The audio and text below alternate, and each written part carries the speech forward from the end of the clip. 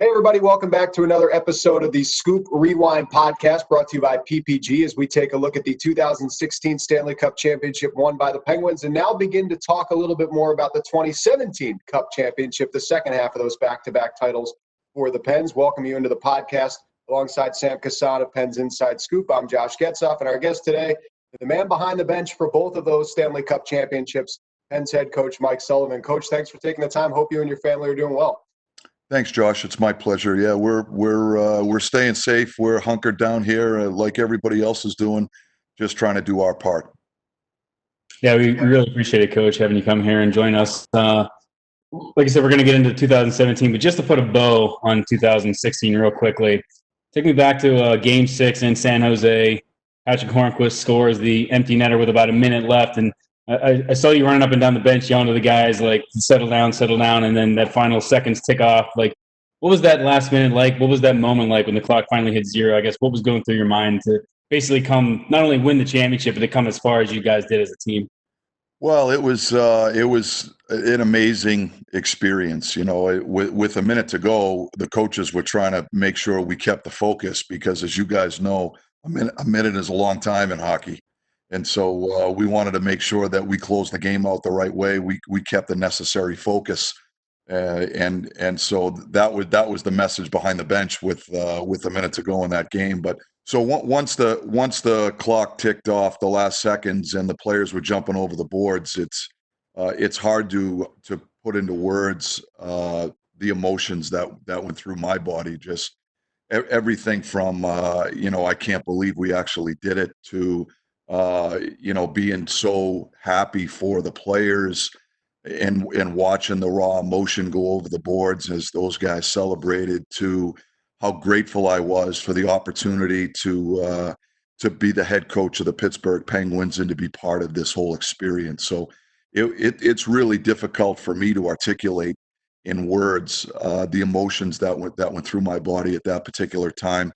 What I can say is it's been one of the most fulfilling experiences that I've ever been through in my hockey career, and both as a coach and a player, and so that was the moment that I think it all came to fruition.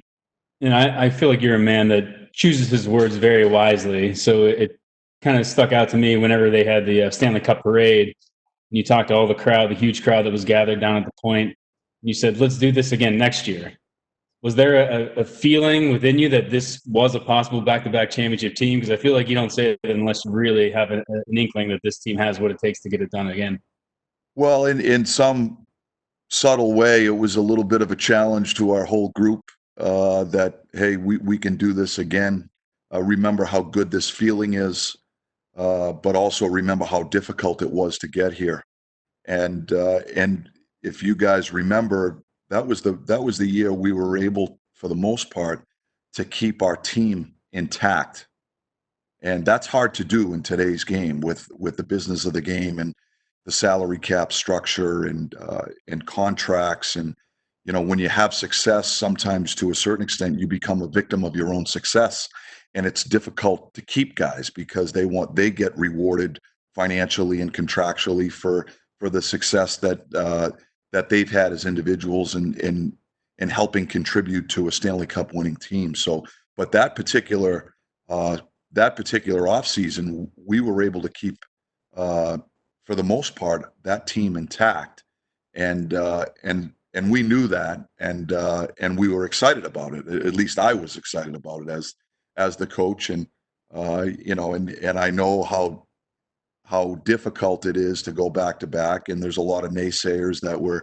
saying there's no way they can do it. They played so many games and it's such an investment emotionally and physically to win the Stanley Cup once. And all of that is true. But I felt strongly in my heart that if any team was going to be capable of doing it again, it was this group. And that was the message that we had on day one of training camp when we reconvened not too many weeks later to start that 2016-2017 season. Yeah, so you go into that summer. You're now a Stanley Cup championship winning head coach. Your team has won the Cup. Penguins back on top of the mountain for the first time since 2009. And I'm sure from the coaching perspective for you, the excitement was probably there to get your first full training camp, get everything that's coming with that.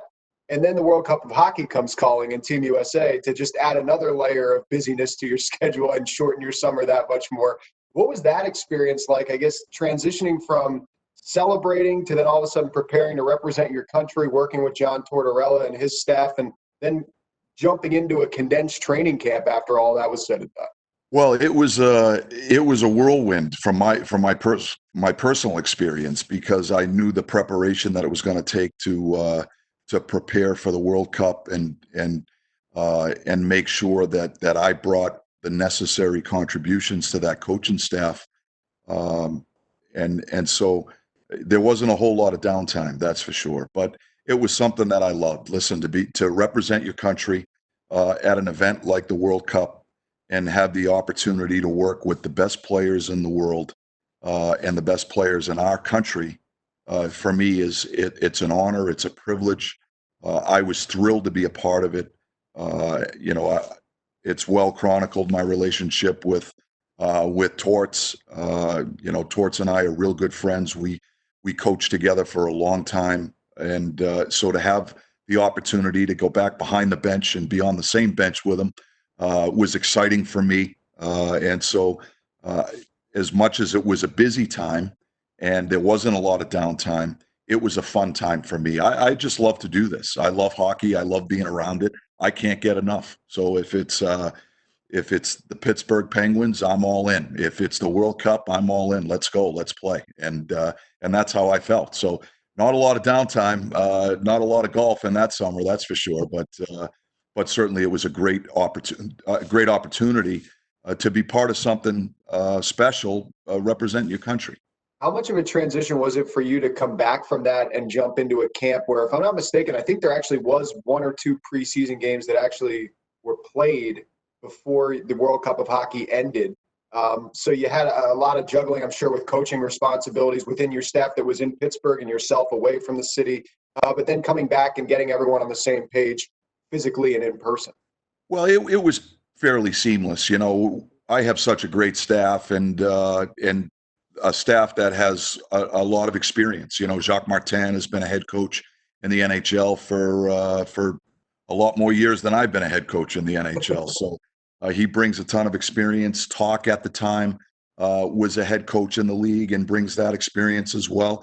We had so much experience on our staff, and we did the due diligence in the off season. We had already built out the whole training camp every single day down to the minute on what we were going to do every day, both on the ice and off the ice. We talked about the messaging and what we were going to try to sell to the players, and so it really was a seamless transition when I came back and joined the group in the early part of the training camp. But I'm just fortunate to have the opportunity to work beside some really good coaches with lots of experience. So, Coach, the story of the 2015-16 team was that the team struggled right out the gate early on, and then you kind of came in, changed things around. They made some trades, brought up some young guys, and then everything kind of came together for a championship run. I feel like the story of the 16-17 team, the regular season anyway, was about injuries. Matt Murray goes down early right at the start of the season. You lose Sidney Crosby to a concussion. Evgeny Malkin missed 20 games. Carl Hagelin missed 21 games. Chris Letang, we'll get into that, but he ends up missing 41 games. Connor Sheary misses 20 games. Brian Rust, 23. On down the list, Trevor Daley, 25. I really feel like the story of the next year was guys stepping in and filling in those roles, because the adversity you faced the first year around was kind of getting those guys to play a different type of with a resolve. But I think the story of the second year, the adversity you faced was more about the injuries and having to overcome those. Without a doubt, it was one of those years where we couldn't seem to get through a hockey game without losing somebody. That's certainly what it felt like when we were going through the experience. But I think each of those Stanley Cup runs are their own story. Even though we had the same group of players, they're 2 completely different stories in how we were able to win those cups. And I felt like in 2016. We really evolved into a dominant team, and we had the team going on all cylinders, and the players just competed so hard. we felt like we were going to win every single game we played. That was the feeling. And everything from the last 18, 20 games of the regular season right into the playoffs, that was the feeling we had around the team. In 2017, it was more about finding ways. It was key plays at key times. It was players stepping up and filling in and playing more significant roles when the injury bug did hit. One of the stories during that year, I think, was when we lost Chris Letang. There was a lot of naysayers saying there's no way they can win the Stanley Cup now without their number one defenseman. And what an unbelievable accomplishment, the group of defensemen that we had. We were trying to replace Tanger's contribution by committee with the whole group, and we tried to balance the three pairs. We were spreading out the minutes. We didn't match as significantly as we did when we had Tanger in the lineup. We did some things differently during that year, just because we felt that was the best game plan to try to win given the circumstances. And I give the players so much credit because they really embraced that challenge. I think Jim made some key acquisitions for us. We picked up Ronnie Hainsey and players like that at the trade deadline that were so instrumental in helping us win. And then players like Justin Schultz picked up slack for us offensively. He did a great job quarterbacking the power play. Brian Dumoulin that year was terrific through the course of the playoffs. Ian Cole was just a solid 200-foot defenseman for us, real good shot blocker, great penalty killer. Everybody had their defined roles, and they knew what they had to do to help us win. And everybody took ownership for that. And it was really fun to watch as the coaching staff and see this group find ways to win games night in and night out. We weren't as dominant a team as we were the prior year, but in a lot of ways, it was a real rewarding experience because we just found ways to win. We were getting big saves at key times. We were getting a big play at a key time, and it wasn't necessarily a highlight reel play. It might have been a block shot or just a one puck battle on the wall to gain a line or gain a zone, or it was those little things that are really tough to quantify that most people overlook. But a lot of those little things add up to big things, and those big things add up to winning. And that team, I thought, paid so much attention to those small details, game in and game out. That was one of the big reasons why we were able to overcome some of the injuries and some of the adversity that we faced. But once again, it boils down to I'll always say this, that hockey's a player's game, and the players are the guys that get it done. And that group of players that particular year, I can't speak enough about, and their conviction and their willingness to buy into the team concept. And we won games a number of different ways that year. And so that was a whole different story than that first Stanley Cup. Completely different ways in which we won, even though we had the same group of players for the most part. Well, one thing that was definitely interesting about your roster that year, and Sam mentioned the resolve that was built in and the adjustments made when you came on board in the 15-16 campaign. And a big part of the adjustments were some of the players that came up with you from Wilkes-Barre Scranton. And, there was a horde of them. I mean, Connor Sherry, Tom Kuhnackel, Matt Murray, Scott Wilson, the list goes on for guys that came up and contributed that year. In 2016-17, I think a lot of people remember one guy in particular who came up from Wilkes-Barre and made a big impact right around the holiday season, that being Jake Guentzel. When you look back on it, how big of a change did he bring to the team, just with what we've seen now and come to love about him, his energy, his smarts for the game, and just his ability to perform night in and night out? Well, he's a difference maker, as we now know. But back then, when he first got called up, we knew he was a good player. And we felt like he was a guy that was going to push for a roster spot. And I don't think it's any secret that one of the things that I believe in as a coach is that healthy competition. I think it's a good thing when we have young players pushing our existing roster to be better. And it's that internal push that keeps us all at our best. And Jake was that guy that year. The prior year, we, as you mentioned, Josh, we had 4 or 5 of them that came up and ended up earning roster spots, and they brought a level of enthusiasm and energy to our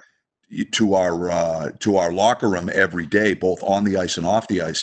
And I think, quite honestly, it energized our veteran guys. It got players like Crosby and Malkin and Letang and Kessel excited about the game again. And so that youthful energy is, I think, is a good ingredient when you're trying to build a winning team and a winning culture. And so we were looking for that next wave. Who was going to be that guy this year? And we were hopeful that Jake was going to be that guy, but you never know, and until he starts to play in this league and to see if his game's going to transfer at this high level. And it just seemed like from day one when Jake jumped on the scene that we got a feeling early on that this guy was something special. And I also think, and you guys know this from watching our team, that I don't have any reservation with putting young guys with our star players. And this was a guy that I felt like had certain skill sets that could be complementary to Crosby and potentially Malkin. We weren't sure where he was going to fit there, but we were going to try him there, and we were going to give him an opportunity. And it just seemed like the minute we put him with Sid, he had an instant chemistry, and that chemistry has evolved to this day. And Coach, you mentioned a bunch of the guys that have stepped up through injuries, and obviously the biggest injury you guys suffered was Chris Letang going down and losing for the rest of not only the regular season, but the playoffs. But the guy you mentioned was Justin Schultz, and I remember the December he had was almost historic. He had 18 points in the single month, 6 goals, 12 assists. It was the 3rd most points in the entire National Hockey League. He only trailed 2 guys by the names of Sidney Crosby and Evgeny Malkin, so not a bad month for him. Can you talk about his contributions and how big it was getting a guy like down the road, a veteran like Ron Hainsey, to come in to help you guys and the defense as a whole as you entered into the playoffs?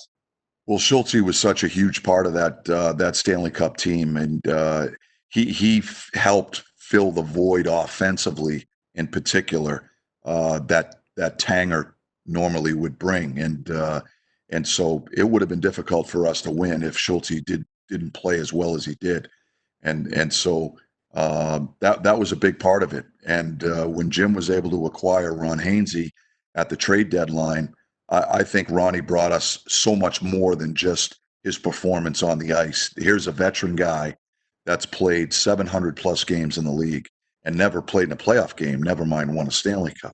And so I think there was a little something in our locker room that was tangible. We could sense it as a coaching staff that guys wanted to win for him too. And he was just a great person. He fit into our locker room so seamlessly. He was a popular guy, and he brought tons of leadership.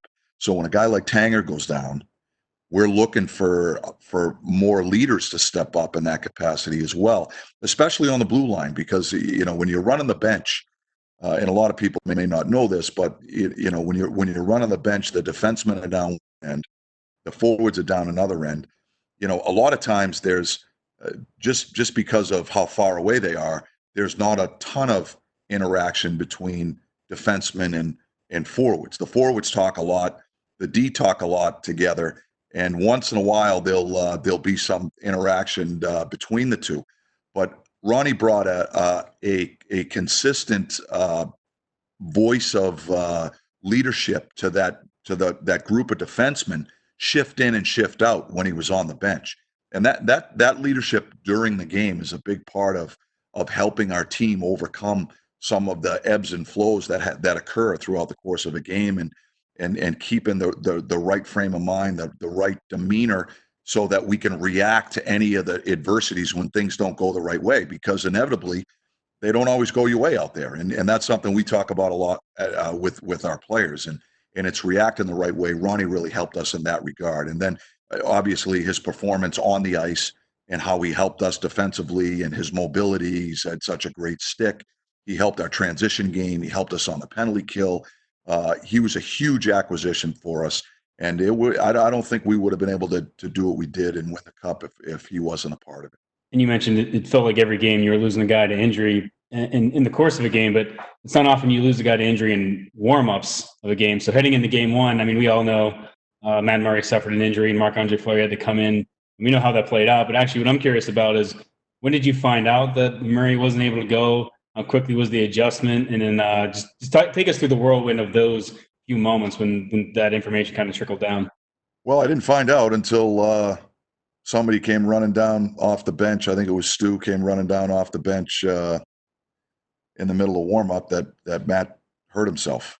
And so what I will tell you is it's a very comforting feeling to know that you have another guy in Marc-Andre Fleury that is going to go in and replace Matt for that particular game, and to have what we felt were two bona fide number one goaltenders, two Stanley Cup winning goaltenders that we can utilize to help us win games. We had a confidence level. We had a confidence level in Flower, and so that those goaltending decisions in that particular point in the season were some of the most difficult decisions that I've ever made as a coach. And but to have a guy like Flower that was ready to jump in when Matt went down was a comforting feeling. And everyone knows how well he played, especially in those first two rounds. Flower was such a big part of us winning those series, especially the Washington series. He made some huge saves at key times that allowed us to win that series. And it's hard to win in the playoffs if you don't get those saves. And both of those guys provided them for us in those particular years. But when Matt goes down in the warm-ups in game one, that could sink a lot of teams. And what I loved and once again, I think this goes back to the leadership that we have on our team is, that the guys in the locker room, they took ownership for what was going to happen and make sure they react the right way. Nobody got spooked. Everybody had the utmost confidence in Flower. We were just going to go out and play our game. I think as that first round series wore on against Columbus, I know that you just did something as far as a look back with NHL on NBC, I believe, with the game against Philadelphia a couple years back in the playoffs where Jake Guentzel scored 4 goals in a series-clinching game. Before he was putting up a 4 spot, he was just scoring hat tricks in the playoffs, and that was in Game 3 against Columbus when you guys went up 3-0. Obviously, that game was important for a number of reasons, but when you look back on the run, how important was it just to see where your team stood mentally at that point, to go in there? I know Columbus scored quickly. There were a lot of momentum swings up and down in that game, and it seemed that Jake was a guy that persevered through everything, and you guys were able to get a stranglehold as a result. Yeah, he had a great game that game. Sid's line had a great game that game. I thought Sid made an unbelievable play on the overtime goal. Just his puck protection behind the net, below the goal line. He just simply wore out the defenders. They couldn't stay with him. And Jake has that uncanny ability to find the soft spots, to find the quiet areas, and that allows Sid to get him the puck. And so that's the chemistry that's evolved between those two guys. I think winning that game was huge for us. It was such a psychological boost when you're in a 7-game series, when you can go up 3-0 versus 2-1. That's a completely different scenario. And so I think people forget that series was a lot closer than what the scores indicated, or the fact that we were able to win in 5 games. So to win that game, I think that was a key moment in the series, potentially a series changing moment, and that's what Jake's done for us. He's a high stakes player. He just has that IT. He has that it aspect of his character that allows him to be at his best when the stakes are high, and that was an example of it. He's done that for us time and time again. That's one of the things that I think separates Jake from others. You mentioned the play, obviously, that you guys had against Columbus, and you were able to top Columbus, and then sets up the rematch with Washington. Did you think the second go around was much different from the 2016 matchup? I mean, obviously the goaltenders were different, but other than that, the play, was there anything that kind of stood out to you that may have been different than the second go around? I'm not sure there was a lot of difference. Washington has a certain identity they're going to play to it. The Penguins have a certain identity. We're going to play to it. And they're very different identities. And it's no secret that, Washington plays a heavy game. They're going to try to be physical against our team. They're going to try to wear us down. That's part of the fabric of their identity. Our team is very different. We're a speed team. We're trying to use our skating. We're trying to use our transition game. We're trying to use our stick skills and our puck pursuit game to win hockey games. So the way those two series played out, both in 16 and 17, I think were similar in nature. They were both really physical. They were both highly emotional. They were both very even series. When I look back on both of those series, those types of series, they could have went either way. I think the same thing in the following season when Washington beat us. We could have very easily beat them. And so there's a fine line between winning and losing those types of series. And once again, I think it boils down to key plays at key times, big plays at big times, key moments throughout the course of the series where players rise to the occasion. And our players did that. And so I thought Game 7 in that series in 2017 was the best game that we played in that whole playoff run.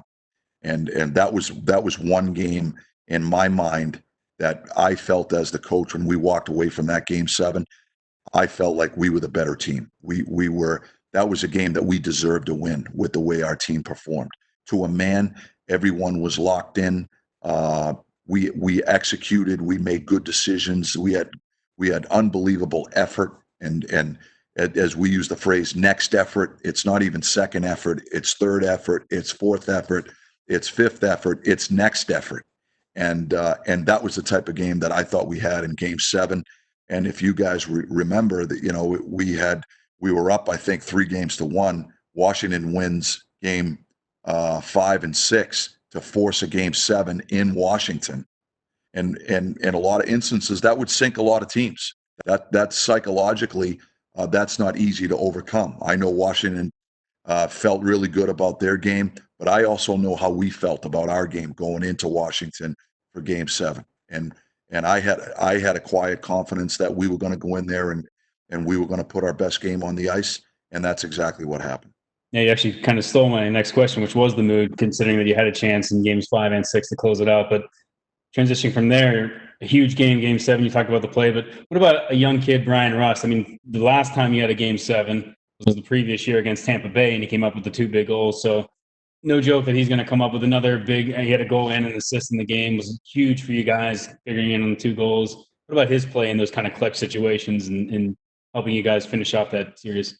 Well, Rusty has shown an ability to score some big goals at key times throughout the course of both of those Stanley Cup runs, and that game was no different. And he just has an uncanny ability to rise to the occasion, and that's what he's done for us. He's a terrific player, Rusty. His game's really evolved offensively. His complete overall two-way game.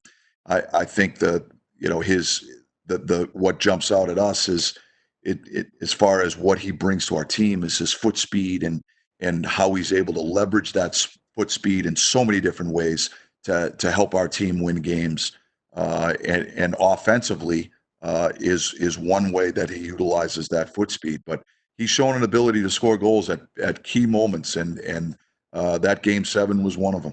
So you guys win Game 7, you advance to the Eastern Conference Finals, second straight year. And I think it's interesting because the year prior, you play a real physical series against Washington, obviously, just like you did in 2017, an emotional series with a divisional rival. And then you go and play the Tampa Bay Lightning in 2016, a team that, much like yourselves, played a fast-paced game, a lot of quick transition, and an up-tempo kind of style. In 2017, you go through a similar process to get to the Eastern Conference Final with 2 real emotional divisional series in Columbus and Washington. Then you face Ottawa, who I think everyone made a big deal about their forecheck or lack thereof, their style of play. How much of a transition was that, especially on that kind of a stage where the margin for error and adjustment, I guess, is so small to, not adapt your style, because I know you guys didn't necessarily change the way you played, but adapting to the situation of who you were going up against in that Eastern Conference Final? Well, every playoff series takes on its own story. That's been my experience, and the nature of how they play out is very different. And so, Ottawa was the Cinderella team that year. They put it all together down the stretch. To their credit, they played extremely well. They were getting tremendous goaltending, and they had a game plan that they believed in, and their players bought into it. And it was a game plan that was very different than what we had faced in that whole playoff run to that particular point. And so we knew it was going to take a different type of game to beat those guys. There had to be an element of patience associated with our game. And as you guys know, we have a team that I think its DNA is to make plays and score goals. The offense is a big part of the DNA of the Penguins. And so our challenge in that series was going to be that we didn't beat ourselves. And I say that in a way that we were going to have to make sure that we were okay and comfortable playing in a low-scoring game where we weren't going to get a lot of odd man rushes. We weren't going to get a lot of high-octane offensive opportunity. We were going to have to play in the trenches. There were going to be numbers back all the time because of a lack of forecheck. They weren't going to try to score goals. They were going to try to defend us and take advantage of any mistakes that we were going to make. Their whole game plan, their whole identity was built on a counterattack. And so we just had to make sure that we were prepared not to feed that counterattack and feed that transition game.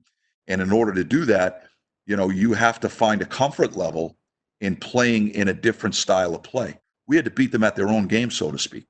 And that was the conversation that we had before the series started. That was the conversation, the running conversation that we had throughout the course of that series.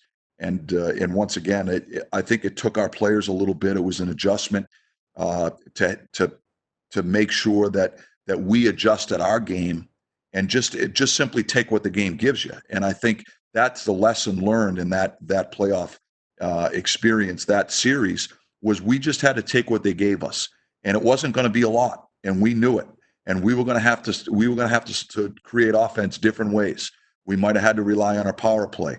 We might have had to rely on our grind game and just going low to high with the puck and getting traffic at the net and looking to bang in a rebound, because we probably weren't going to get a lot of 2-on-1s or 3-on-2s or transition opportunities where we could create that high octane transition game that our guys love to play. And so that was the message during that series. And that was a hell of a series. I mean, you got to give Ottawa a lot of credit. They were a tough opponent, and it took Game 7 and a couple of overtimes to win that series. But what a series it was, and how exciting it was to win at home in that environment. I think also another aspect in that series, I know we're going to get to Game 7 in a moment, but the goaltending switch that happened during that series. I think we've all seen the shot of Matt Murray with the flat brim at the end of the bench, makes eye contact with you and kind of gives the head nod, and you give him the head nod back and he goes in. We all know the story from there.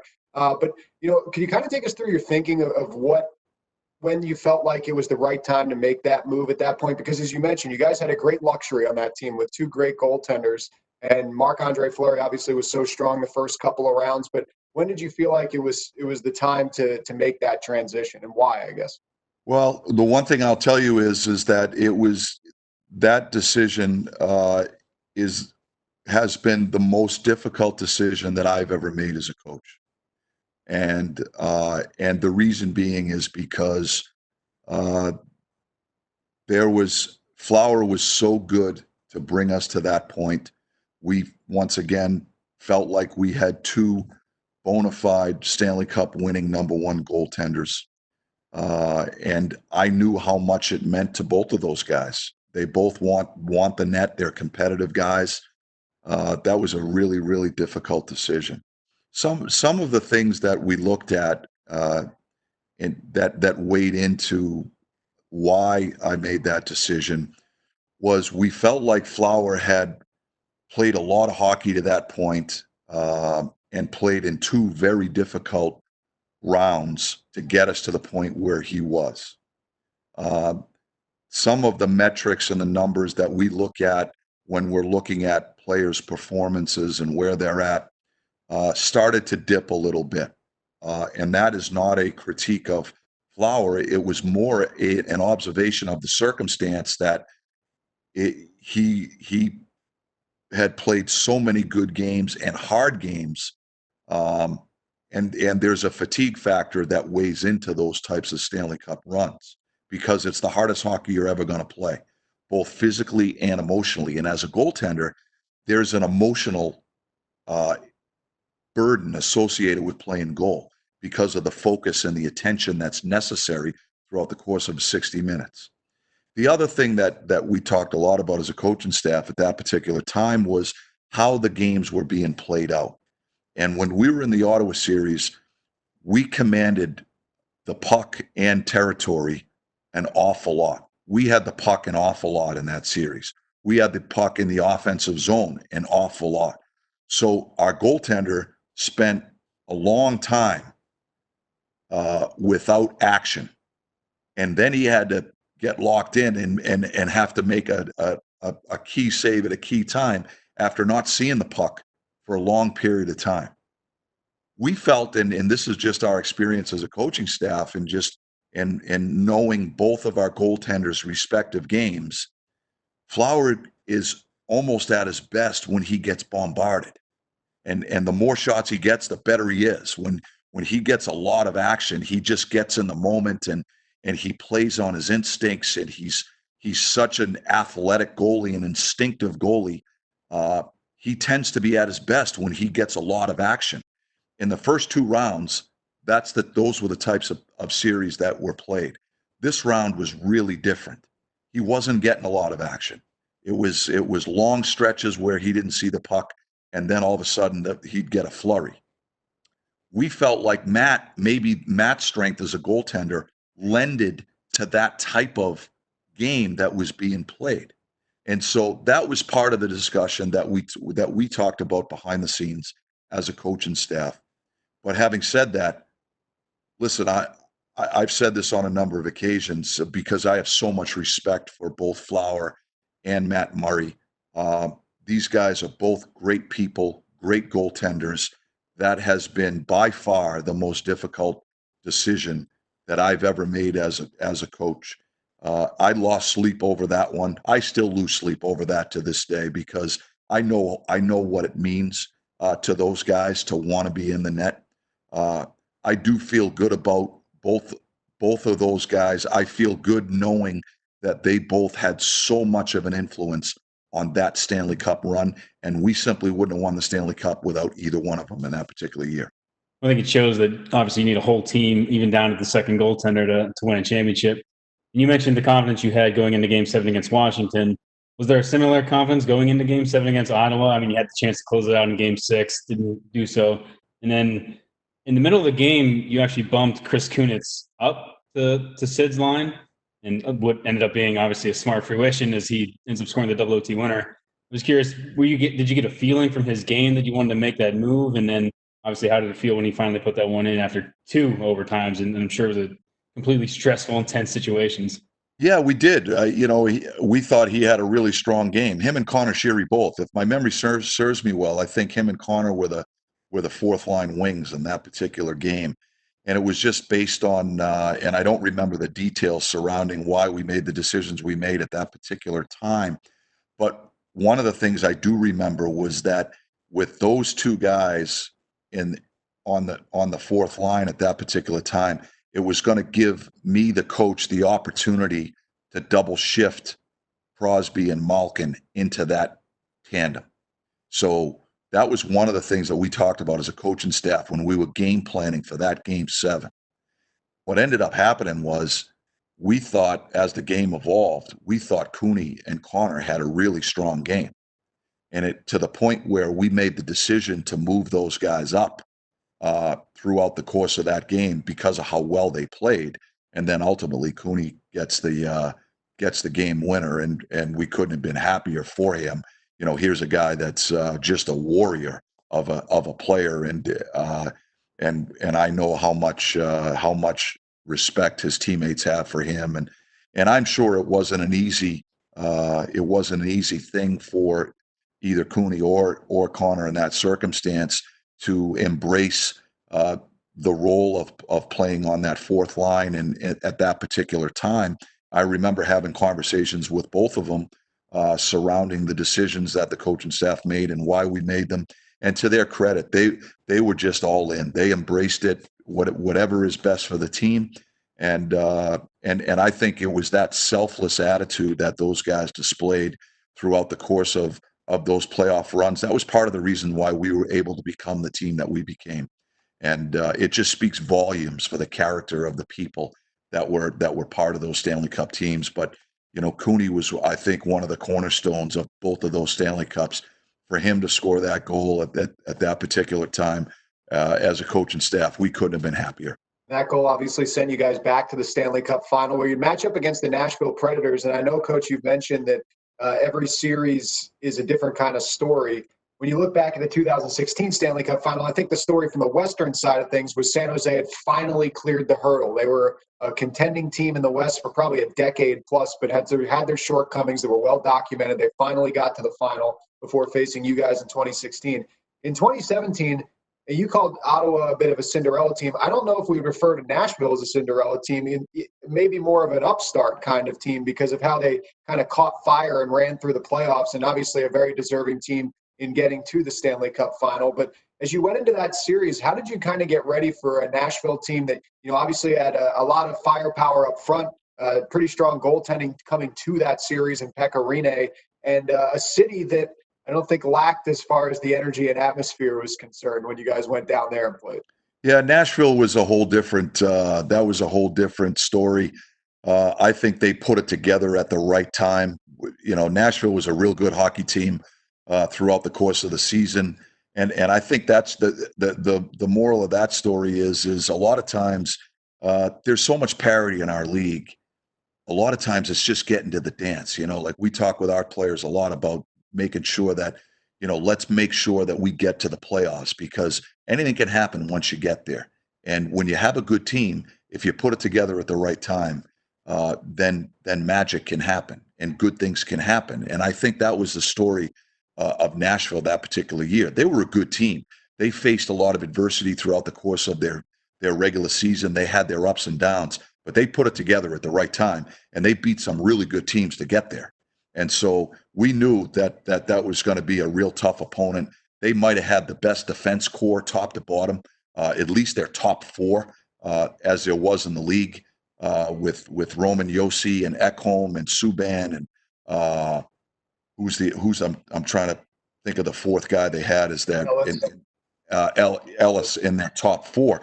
That top four is as good as it gets as it is in the league.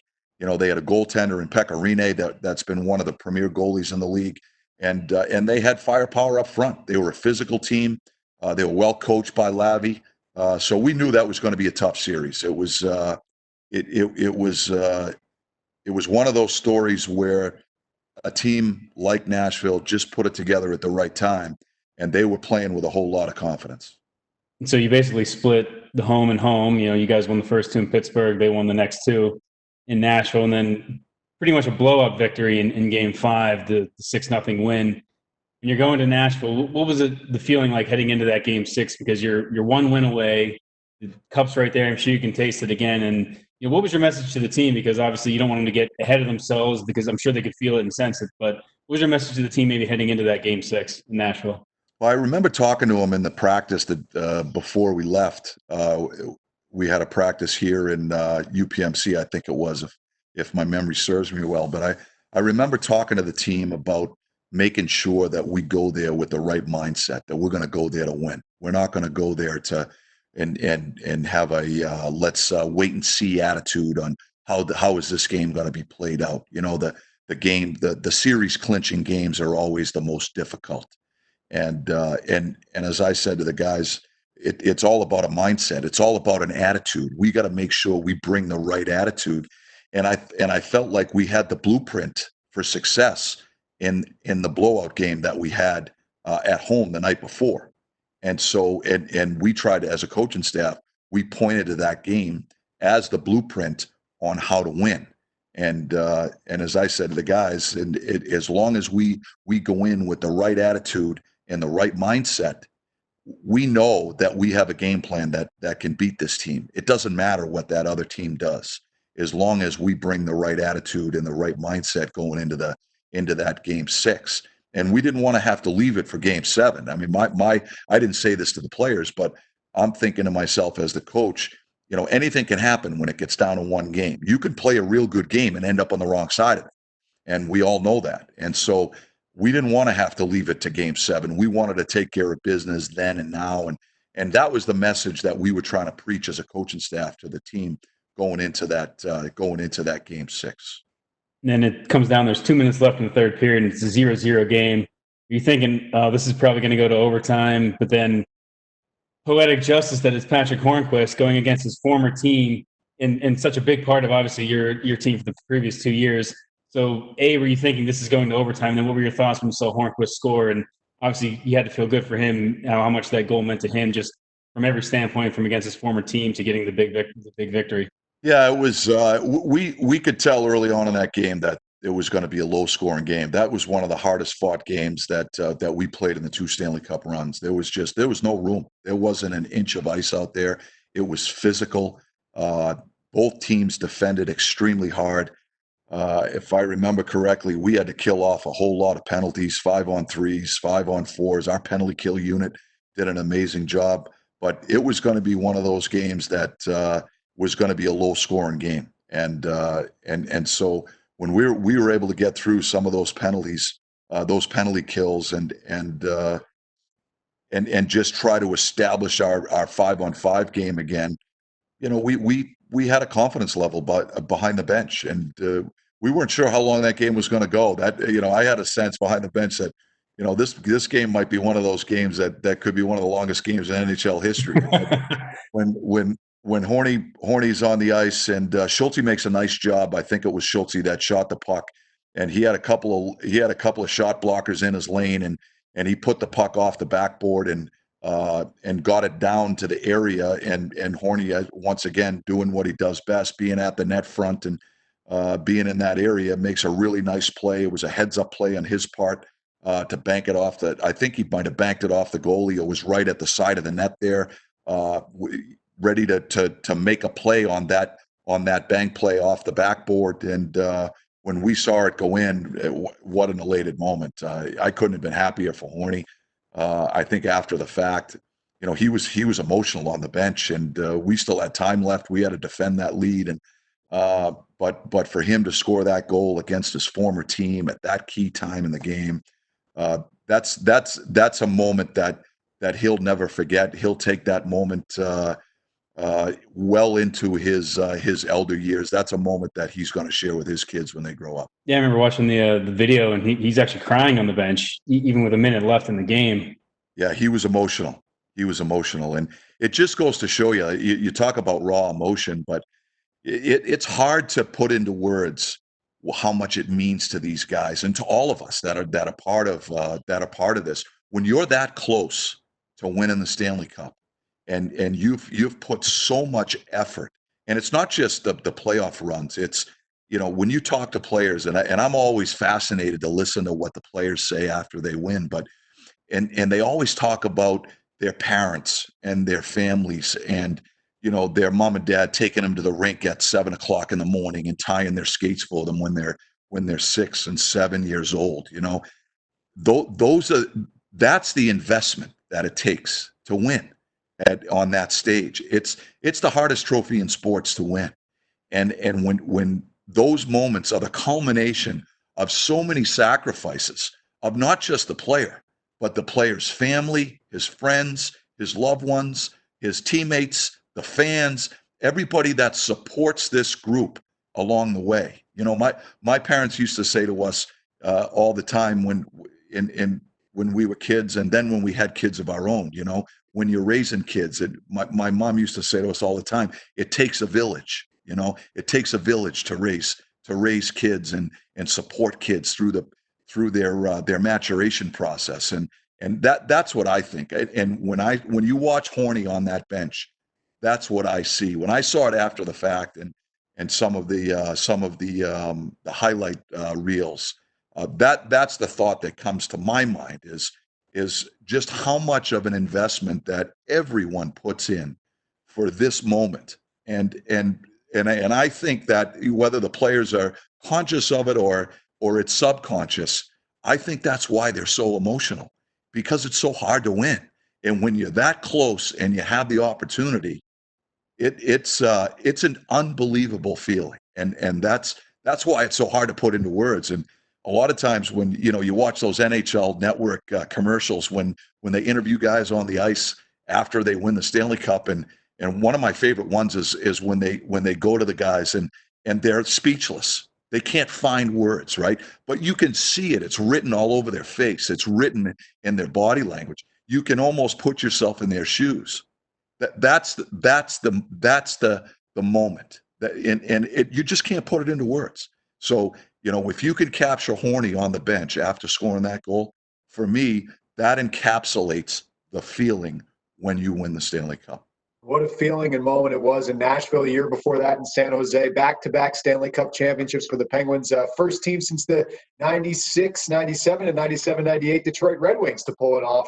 And obviously first to the salary cap era. Coach, we really enjoyed this trip down memory lane with you. It was a lot of fun to relive all these moments. And thanks so much for your time. Best wishes to you and your family. And let's all hope we get back into a rink and can see some live hockey soon. All right, guys. It's my pleasure. You guys stay safe, and hopefully we'll start playing again. We sure miss it. All right, that is Penn's head coach, Mike Sullivan. For Sam Kasan, I'm Josh Getzoff. Thanks for tuning in to this latest championship memory edition of the Scoop Rewind podcast presented by PPG. We'll catch you next time. And until then, be safe, and we'll talk to you soon.